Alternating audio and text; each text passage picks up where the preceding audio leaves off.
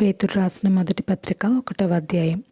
యేసుక్రీస్తు అపోస్తుడైన పేతురు, తండ్రి అయిన దేవుని భవిష్యత్ జ్ఞానమును బట్టి ఆత్మ వలని పరిశుద్ధత పొందిన వారై విధేయులగుటకును, యేసుక్రీస్తు రక్తం వలన ప్రోక్షింపబడుటకును ఏర్పరచబడిన వారికి, అనగా పొంతు, గలతీయ, కప్పదోకియ, ఆసియా, బితునియాను దేశములయందు చెదరిన వారిలో చేరిన యాత్రికులకు శుభమని చెప్పి రాయునది. మీకు కృపయు సమాధానమును విస్తరిల్లునుగాక. మన ప్రభువగు యేసుక్రీస్తు తండ్రి అయిన దేవుడు స్తుతింపబడునుగాక. మృతులలో నుండి యేసుక్రీస్తు తిరిగి లేచుట వలన జీవంతో కూడిన నిరీక్షణ మనకు కలుగునట్లు, అనగా అక్షయమైనదియు నిర్మలమైనదియు వాడబారనిదియునైన స్వాస్థ్యము మనకు కలుగునట్లు ఆయన తన విశేష కనికరము చొప్పున మనలను మరలా జన్మింపజేసెను. కడవరి కాలమందు బయలుపరచబడుటకు సిద్ధముగానున్న రక్షణ మీకు కలుగునట్లు విశ్వాసము ద్వారా దేవుని శక్తి చేత కాపాడుబడు మీ కొరకు ఆ స్వాస్థ్యము పరలోకమందు భద్రపరచబడి ఉన్నది. ఇందువలన మీరు మిక్కిలి ఆనందించుచున్నారు. కానీ అవసరమును బట్టి నానా విధములైన శోధనల చేత ప్రస్తుతమున కొంచెము కాలం మీకు దుఃఖము కలుగుచున్నది. నశించిపోవు సువర్ణము అగ్ని పరీక్ష వలన శుద్ధపరచబడుచున్నది కదా. దానికంటే అమూల్యమైన మీ విశ్వాసము ఈ శోధనల చేత పరీక్షకు నిలిచినదై యేసుక్రీస్తు ప్రత్యక్షమైనప్పుడు మీకు మెప్పును, మహిమయు, ఘనతయు కలుగుటకు కారణమగును. మీరు ఆయనను చూడకపోయినను ఆయనను ప్రేమించుచున్నారు. ఇప్పుడు ఆయనను కన్నులార చూడకే విశ్వసించుచు మీ విశ్వాసమునకు ఫలమును, అనగా ఆత్మరక్షణను పొందుచు చెప్పనశక్యమును మహిమాయుక్తమునైన సంతోషము గలవారై ఆనందించుచున్నారు. మీకు కలుగు ఆ కృపను గూర్చి ప్రవచించిన ప్రవక్తలు ఈ రక్షణను గూర్చి పరిశీలించుచు తమ యందున్న క్రీస్తు ఆత్మ, క్రీస్తు విషయమైన శ్రమలను గూర్చి, వాటి తరువాత కలుగబోవు మహిమలను గూర్చి ముందుగా సాక్ష్యమిచ్చినప్పుడు ఆ ఆత్మ ఏ కాలమును ఎట్టి కాలమును సూచించుచూ వచ్చునో దానిని విచారించి పరిశోధించిరి. పరలోకము నుండి పంపబడిన పరిశుద్ధ ఆత్మ వలన మీకు సువార్త ప్రకటించిన వారి ద్వారా మీకిప్పుడు తెలుపబడిన ఈ సంగతుల విషయమై తమ కొరకు కాదు కానీ మీ కొరకే తాము పరిచర్య చేసిరని సంగతి వారికి బయలుపరచబడెను. దేవదూతలు ఈ కార్యములను తొంగి చూడగోరుచున్నారు.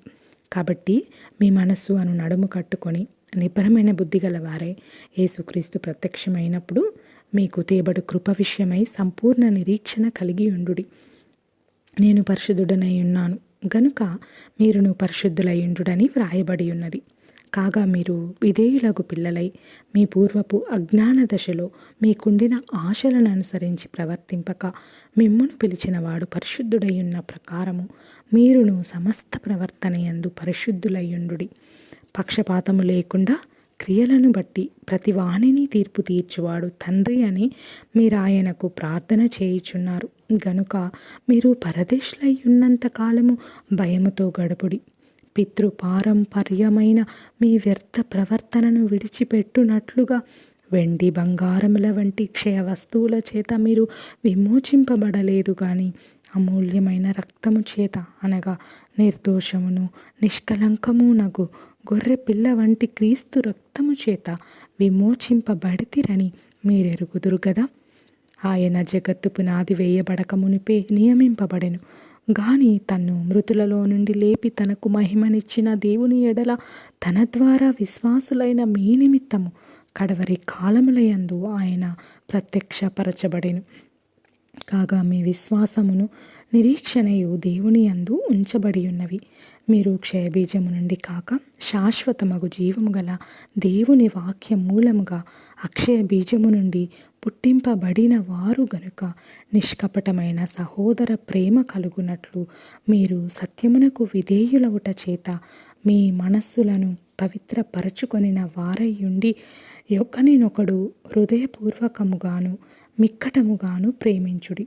ఏలయనగా సర్వశరీరులు గడ్డిన పోలినవారు. వారి అందమంతయు గడ్డి పువ్వు వలె ఉన్నది. గడ్డి ఎండును, దాని పువ్వును రాలును. అయితే ప్రభు వాక్యము ఎల్లప్పుడూ నిలుచును. మీకు ప్రకటింపబడిన సువార్త ఈ వాక్యమే. 2వ అధ్యాయం. ప్రభు దయాళుడని మీరు రుచి చూచున్న ఎడల సమస్తమైన దుష్టత్వమును, సమస్తమైన కపటమును, వేషధారణను, అసూయను, సమస్త దూషణ మాటలను మాని క్రొత్తగా జన్మించిన శిశువులను పోలిన వారై నిర్మలమైన వాక్యమును పాల వలన రక్షణ విషయంలో ఎదుగు నిమిత్తము ఆ పాలను అపేక్షించుడి. మనుషుల చేత విసర్జింపబడినను దేవుని దృష్టికి ఏర్పరచబడినదియు అమూల్యమును సజీవమునైన రాయియగు ప్రభువునొద్దకు వచ్చిన వారై యేసుక్రీస్తు ద్వారా దేవునికి అనుకూలములగు ఆత్మ సంబంధమైన బలులనర్పించుటకు పరిశుద్ధ యాజకులుగా ఉండునట్లు మీరును సజీవమైన రాళ్లవలే నుండి ఆత్మ సంబంధమైన మందిరముగా కట్టబడుచున్నారు. ఏలయనగా ఇదిగో నేను ముఖ్యమును ఏర్పరచబడినదియు అమూల్యమునగు మూలరాతిని సియోనులో స్థాపించుచున్నాను. ఆయన యందు విశ్వాసముంచువాడు ఏమాత్రమును సిగ్గుపడడు అను మాట లేఖనమందు వ్రాయబడి ఉన్నది. విశ్వసించుచున్న మీకు ఆయన అమూల్యమైన వాడు. విశ్వసింపని వారికైతే ఇల్లు కట్టువారు ఏ రాతిని నిషేధించిరో అదే మూలకు తలరాయి ఆయను, మరియు అది అడ్డు రాయియు అడ్డు బండయు ఆయను. కట్టువారు వాక్యమున కవిదేయులై తొట్టిల్లుచున్నారు, దానికే వారు నియమింపబడిరి. అయితే మీరు చీకటిలో నుండి ఆశ్చర్యకరమైన తన వెలుగులోనికి మిమ్మును పిలిచిన వాని గుణాతిశయములను ప్రచురము చేయు నిమిత్తము ఏర్పరచబడిన వంశమును, రాజులైన యాజక సమూహమును, పరిశుద్ధ జనమును, దేవుని సొత్తైన ప్రజలునయ్యున్నారు. ఒకప్పుడు ప్రజగా ఉండక ఇప్పుడు దేవుని ప్రజ అయితిరి. ఒకప్పుడు కనికరింపబడక ఇప్పుడు కనికరింపబడిన వారైతిరి. ప్రియులారా, మీరు పరదేశులను యాత్రికులనై ఉన్నారు గనుక ఆత్మకు విరోధముగా పోరాడు శరీరాశలను విసర్జించి అన్యజనులు మిమ్మును ఏ విషయంలో దుర్మార్గులని దూషింతురో ఆ విషయములో వారు మీ సత్క్రియలను చూచి వాటిని బట్టి దర్శన దినమున దేవుని మహిమపరచునట్లు వారి మధ్యను మంచి ప్రవర్తన గలవారై ఉండవలెనని మిమ్మును బ్రతిమాలుకొనుచున్నాను. మనుషులు నియమించు ప్రతి కట్టడకును ప్రభు నిమిత్తమై లోబడియుడి. రాజు అందరికిని అధిపతి అనియు, నాయకులు దుర్మార్గులకు ప్రతిదండన చేయుటకును సన్మార్గులకు మెప్పు కలుగుటకును రాజు వలన పంపబడిన వారనియు వారికి లోబడియుండుడి. ఏలయనగా మీరిట్లు యుక్త ప్రవర్తన గలవారై అజ్ఞానముగా మాటలాడు మూర్ఖుల నోరు మూయుట దేవుని చిత్తం. స్వతంత్రులయ్యుండియు దుష్టత్వమును కప్పిపెట్టుటకు మీ స్వాతంత్రమును వినియోగపరచక దేవునికి దాసులమని లోబడియుండుడి. అందరినీ సన్మానించుడి, సహోదరులను ప్రేమించుడి, దేవునికి భయపడుడి, రాజును సన్మానించుడి. పనివారలారా, మంచివారును సాత్వికులునైన వారికి మాత్రము కాక ముష్కరులైన మీ యజమానులకును పూర్ణ భయముతో లోబడియుండుడి. ఎవడైనను అన్యాయముగా శ్రమ పొందుచు దేవుని గూర్చిన మనస్సాక్షి కలిగి దుఃఖము సహించిన ఎడల అది హితమగును. తప్పిదమునకై దెబ్బలు తినినప్పుడు మీరు సహించిన ఎడల మీకేమి ఘనము. మేలు చేసి బాధపడినప్పుడు మీరు సహించిన ఎడల అది దేవునికి హితమగును. ఇందుకు మీరు పిలువబడితిరి. క్రీస్తు కూడా మీ కొరకు బాధపడి మీరు తన అడుగుజాడలయందు నడుచుకొనున్నట్లు మీకు మాదిరి ఉంచిపోయెను. ఆయన పాపము చేయలేదు, ఆయన నోటను ఏ కపటమును కనబడలేదు. ఆయన దూషింపబడియు బదులు దూషింపలేదు. ఆయన శ్రమ పెట్టబడియు బెదిరింపక న్యాయముగా తీర్పు తీర్చు దేవునికి తన్ను తాను అప్పగించుకొనెను. మనము పాపముల విషయమై చనిపోయి నీతి విషయమై జీవించున్నట్లు ఆయన తానే తన శరీరమందు మన పాపములను మ్రాను మీద మోసుకొనెను. ఆయన పొందిన గాయముల చేత మీరు స్వస్థత నొందితిరి.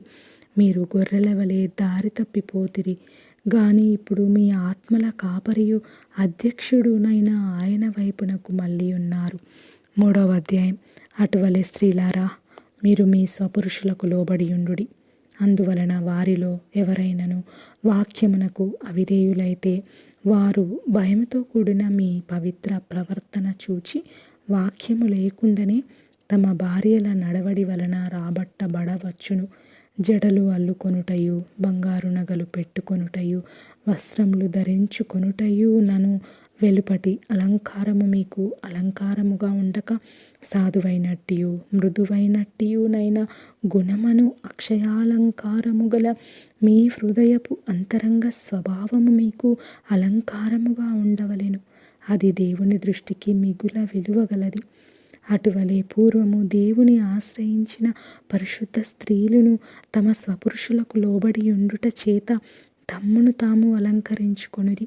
ఆ ప్రకారము శారా అబ్రహామును యజమానుడని పిలుచుచు అతనికి లోబడి ఉండెను.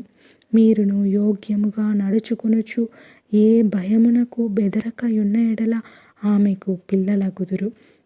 అటువలనే పురుషులారా, జీవమను కృపావరములో మీ భార్యలు మీతో పాలివారై ఉన్నారని ఎరిగి ఎక్కువ బలహీనమైన ఘటమని భార్యను సన్మానించి మీ ప్రార్థనలకు అభ్యంతరము కలుగకుండునట్లు జ్ఞానము చొప్పున వారితో కాపురము చేయుడి.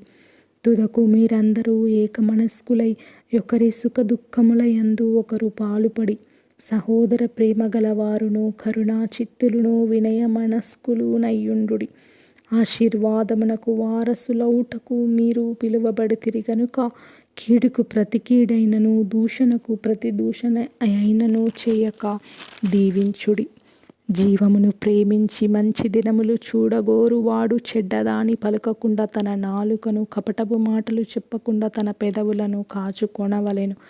అతడు కీడు నుండి తొలగి మేలు చేయవలెను. సమాధానమును వెదకి దాని వెంటాడవలెను. ప్రభువు కన్నులు నీతిమంతుల మీదను ఆయన చెవులు వారి ప్రార్థనల వైపునను ఉన్నవి గాని ప్రభువు ముఖము కీడు చేయు వారికి విరోధముగా ఉన్నది.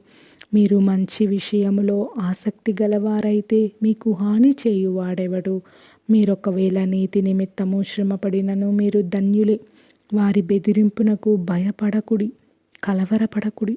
నిర్మలమైన మనస్సాక్షి కలిగిన వారై మీలో ఉన్న నిరీక్షణను గూర్చి మిమ్మును హేతువు అడుగు ప్రతివానికిని సాత్వికముతోనూ భయముతోనూ సమాధానము చెప్పుటకు ఎల్లప్పుడూ సిద్ధముగా ఉండి మీ హృదయములయందు క్రీస్తును ప్రభువుగా ప్రతిష్ఠించుడి.